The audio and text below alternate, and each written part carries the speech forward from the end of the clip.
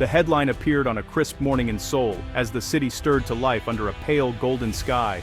Newspapers hit the stands, and commuters glanced at their phones, unaware that a single story was about to ripple through the nation's consciousness. Rock general finds true strength. Not in Seoul, but in a Philippine jungle. The words were impossible to ignore, printed in bold across the front page, catching the attention of both civilians and military personnel alike. It was bold, unexpected, and sent shockwaves through South Korea's defense circles. Officers exchanged glances, wondering what could have prompted such a statement from one of their own. The article told of General Park Sung-joon, a senior officer known for his unwavering faith in technology, discipline, and the might of modern warfare. He had traveled to the Philippines for what was supposed to be a routine military exchange, just another diplomatic gesture in a long tradition of alliances. No one expected his visit to become a moment of profound revelation, a turning point not just for him, but for the entire military establishment back home. The story described a general transformed, not by tactics or weaponry, but by the spirit and humanity he witnessed among Filipino soldiers and villagers. He saw resilience in the mud, camaraderie in the face of hardship, and a kind of strength that couldn't be measured by machines. He spoke of an army drawing strength from the land and its people, not just from machines or advanced technology. The jungle, with its challenges and unpredictability, revealed a different kind of power, one rooted in unity and adaptability. This was not the language of a modern general, it was the language of someone changed, someone who had glimpsed a deeper truth far from home. The public was skeptical. Some thought he'd gone soft, others called it mere diplomacy or a calculated move. Coffee shops and online forums buzzed with speculation as people tried to make sense of the general's words. But those who knew General Park understood. He meant every word. His reputation for honesty and conviction lent weight to his message, even as it unsettled the status quo. The headline sparked debate, challenging the nation's definition of strength. Was it found in steel and silicon, or in the hearts of those who serve? It forced South Korea to look beyond its own reflection, to question what truly made its military formidable, and what it might be missing. What could a developing nation's army teach a military giant? The question lingered, unsettling and provocative, as images of Filipino soldiers training in the dense jungle played across television screens. The answer, it seemed, lay deep within the humid jungles of the Philippines. There, under the canopy, strength was redefined, not by rank or resources, but by resilience and community. The conversation had begun, and it was spreading fast, and it would not be easily dismissed. The peninsula was listening and change was in the air.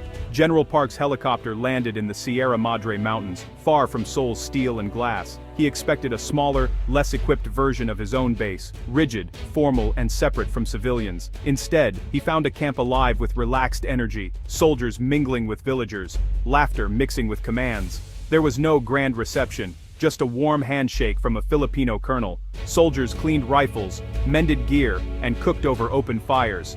The camp felt more like a village than a fortress. Children played soccer near the barracks. Officers chatted with locals about irrigation ditches. The line between soldier and civilian was blurred. Here, soldiers were guardians and neighbors, not just warriors. General Park realized this wasn't in any military textbook. He had been trained to manage civilians as variables, not as family. He expected soldiers. He found brothers, sons, and protectors. It was a lesson in community he never saw coming. General Park was immersed in a new rhythm, one dictated by the jungle, not a clock. Filipino soldiers moved like ghosts at dawn, reading the land with senses honed by experience. Resourcefulness was everywhere, broken parts repurposed, bamboo used for everything from shelters to cooking. They thrived on ingenuity, not supply chains. Evenings brought songs and shared meals, officers and enlisted men together. Hierarchy existed, but brotherhood was stronger. Leadership was earned through respect and shared hardship. Park contrasted this with his own army's sterile efficiency and isolation. Here, mealtime was for stories and connection. Morale wasn't managed, it was lived, daily, through fellowship. He saw that strength was built on community, not just command. On patrol, General Park felt clumsy and out of place beside the Filipino soldiers, who seemed to move as one with the jungle itself. Every step they took was deliberate, their bodies blending seamlessly with the shadows and the undergrowth, as if they belonged to the forest. They communicated in silence, using only subtle hand signals and glances. Reading broken twigs, faint tracks, and even the disturbed patterns of leaves, they could interpret the jungle's stories as if reading a well-worn book, understanding what had passed through and what dangers might lie ahead. Their skills weren't learned from manuals or classrooms. They were inherited from generations before them, lived daily, and perfected through countless experiences in the wild. The jungle was their home, and they moved through it with a confidence that came from deep familiarity. When faced with a rushing river, they didn't hesitate. In less than an hour, they built a sturdy bamboo bridge. Their teamwork so seamless and wordless it seemed almost instinctive. Each person knew their role, and together they overcame obstacles with remarkable efficiency. Park, weighed down by his high-tech gadgets and modern equipment, felt strangely dependent and even vulnerable. In contrast, the Filipino soldiers, armed only with bolos and their deep knowledge of the land, appeared truly powerful and self-reliant. They patiently showed him how to find water hidden in vines, which insects were safe to eat for nourishment, and how to use tree sap as a natural medicine for wounds or illness. Their survival skills were practical, tested, and essential. Here, survival was not about having the latest gear, but about wisdom, knowing the land, understanding its rhythms, and respecting its power. The jungle, Park realized, was not an enemy to be conquered, but a provider to be understood and respected. It offered food, water, and shelter to those who knew where to look. Park soon realized that technology alone was not enough to guarantee survival. In fact, it sometimes became a burden, unreliable in the face of nature's unpredictability. True strength, he learned, was adaptability and a deep, respectful understanding of the land. The experience was humbling, teaching him that survival required more than just tools. It demanded respect and adaptability. He saw that for these soldiers, survival was not just a skill, but second nature, an instinct honed by years of living in harmony with their environment. And that, Park realized, was a quiet power no device or technology could ever hope to match. General Park kept hearing the word Bayanihan. When a typhoon damaged a village school, he saw its meaning firsthand. Soldiers and villagers worked side by side, no orders needed, everyone knowing their role. Women cooked, men repaired, children helped. The soldiers weren't outsiders. They were part of the community. The colonel explained, Bayanihan is unity, shared responsibility, and discipline from within. It's why their army is resilient. Park compared this to his own army's rigid hierarchy. Bayanihan was a force no command could replicate. It created a family, not just a unit. This was a discipline born of belonging. General Park compared his high-tech army to the Filipino soldiers' low-tech, high-touch approach. South Korea's forces relied on machines, simulations, and instant data. Filipino troops relied on intuition, local knowledge, and each other. Where technology failed, human skill thrived. Park saw that over-reliance on tech could be a weakness. Filipino soldiers were self-reliant. Their greatest weapon was themselves. Technology was a tool, not a crutch. Their strength was adaptability, connection, and resilience. They solved problems with human solutions, not just gadgets. It was a powerful lesson in the true nature of military strength. Park watched Filipino soldiers serve as medics, helpers, and friends in the villages. They treated illnesses, fixed fences, and listened to concerns. Their kindness won hearts and loyalty more than any show of force. Park remembered a young soldier helping a farmer, earning gratitude that no medal could match. In Korea, empathy was rarely discussed. Here, it was essential. The soldiers fought for the people, not just against enemies. Their mission was to win peace, not just war. By becoming part of the community, they removed the roots of insurgency. Park saw that empathy was a core military skill. It built trust, unity, and lasting security. The lesson was clear. True victory was measured in friends, not enemies. This was the heart of counterinsurgency.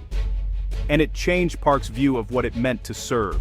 On his last night in the jungle, Park found himself sitting quietly with the colonel beneath a sky ablaze with countless stars. The air was cool, and the gentle crackle of the campfire mingled with the distant calls of nocturnal creatures, creating a symphony unique to the wild. The sounds of the jungle, which had once seemed so foreign and even intimidating, now wrapped around him like a familiar blanket. Each chirp and rustle felt like a heartbeat, steady and reassuring, reminding him that he was part of something much larger than himself. Park turned to the colonel and confessed, "We have the best equipment, the latest technology, but maybe somewhere along the way, we've forgotten about the spirit that truly drives a soldier forward, the courage, the will, and the heart." The colonel nodded, replying with a gentle wisdom, "The jungle teaches you to listen, to be patient, and to earn trust, not just from others, but from yourself as well. The strongest weapon," he continued, "is not the rifle itself, but the reason a soldier chooses to carry it. Purpose gives strength to every action." In that moment, Park realized he'd spent years focused on building stronger swords, more advanced tools, but had overlooked the importance of building stronger warriors, men and women with unbreakable spirits. True strength, he saw, was not just in firepower or tactics, but in humanity, resilience, unity, and empathy. The bonds that held a team together through hardship. It was the ability to build a bridge from bamboo with bare hands, to work together without waiting for orders, to help a struggling farmer simply because it was the right thing to do. These qualities, Park realized, were what made an army truly unbreakable, qualities that no amount of technology could ever replace. The Philippine military, he now understood, wasn't behind at all. In fact, they were ahead in the ways that mattered most, in heart, in spirit, and in the strength of their community. Park's epiphany was profound and humbling. He saw with new eyes that the true source of a soldier's power was not in their gear, but in the heart that beat beneath the uniform. This was the lesson he would carry home, a lesson more valuable than any piece of equipment or strategy. The jungle had stripped away the non-essential, leaving only what truly mattered. What remained was the pure essence of strength, unity, compassion, and unwavering resolve. And Park knew, as he left the jungle behind, that this was something technology could never replace. Back in Seoul, General Park's report was unlike any before. He spoke not just of training, but of community, improvisation, and bayanihan. He urged a shift to less reliance on tech, more focus on spirit and unity. He proposed a new program, Soldiers Surviving in Nature, connecting with local communities. There was resistance, but Park persisted. A pilot group returned transformed, bonded, and with new purpose. The Bayanihan initiative grew, supplementing high-tech training with human resilience. Park's message spread. Technology makes a soldier capable, but spirit makes him unbreakable. The greatest asset of any military is not its weapons, but its people. Strength is found in unity, empathy, and the bond with the nation. The lesson from the Philippine jungle was universal. The heart of the warrior is the true foundation of power, and that, Park knew, would shape the future of his army.